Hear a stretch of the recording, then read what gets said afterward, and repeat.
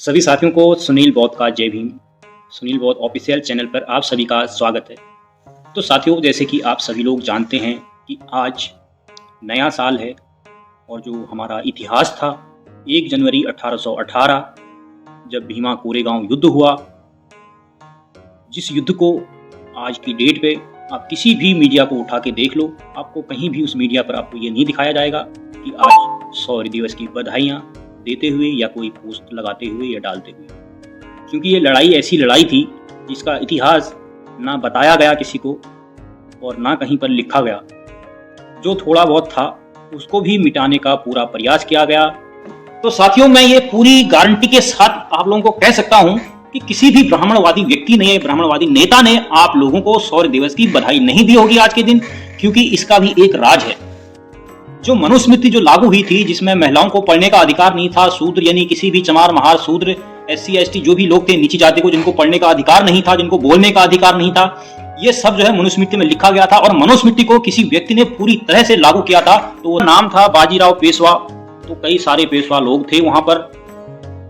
तो जब उस समय हमारा देश गुलाम था तो महारों ने उनको कहा कि आप हमें अपने साथ रख लीजिए या अपनी सेना में हमें भर्ती करा लीजिए, जिससे आप और हम लोग मिल करके इस लड़ाई को लड़ेंगे। लेकिन पेशवाओं ने महारों की बहुत ज्यादा बेइज्जती करी और उनके कमर में हाणी झाड़ू लटका के रखा। उनको कहा तुम जो है हमारी धूल के बराबर हो, जूती की धूल के बराबर हो। जब मनुस्मृति को लागू किया गया था तो उस समय इन लोगों को किसी भी चीज का अधिकार नहीं था। तो पेशवाओं ने अपने बच्चों की शिक्षा के लिए गुरुकुल खोले, जहां पर अपने बच्चों को चुटिया रखकर भेजते थे और धोती पहनाकर भेजते थे। लेकिन किसी भी अन्य जाति के बच्चों को या उन लोगों को कहीं पर भी जाने नहीं दिया जाता था। अगर कोई छुपके से भी अगर किसी ग्रंथ का नाम ले ले या कुछ सुन ले इस तरह की रामायण या महाभारत के कोई पाठ, तो उसके कान में जो है शीशा पिघलाकर डाल दिया जाता था। यह उस समय की बात।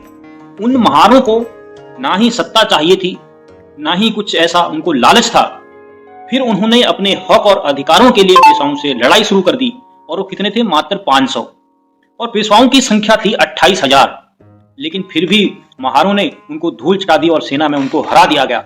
इसीलिए जो मनुस्मृति थी, जो मनुस्मृति को पूरी तरह लागू किए थे, जो उस चीज को मानते थे, आज भी कुछ ब्राह्मणवादी लोग हैं जो कि अब भी इस संविधान को नहीं मानते हैं, जाति प्रथा को ज्यादा बढ़ावा देते हैं, जातिवाद को ज्यादा मानते हैं, वह लोग आज भी आपको इस दिवस की कभी बधाई नहीं देंगे। और महाराष्ट्र में आज के दिन 15 से 20 लाख लोग इकट्ठा होते हैं।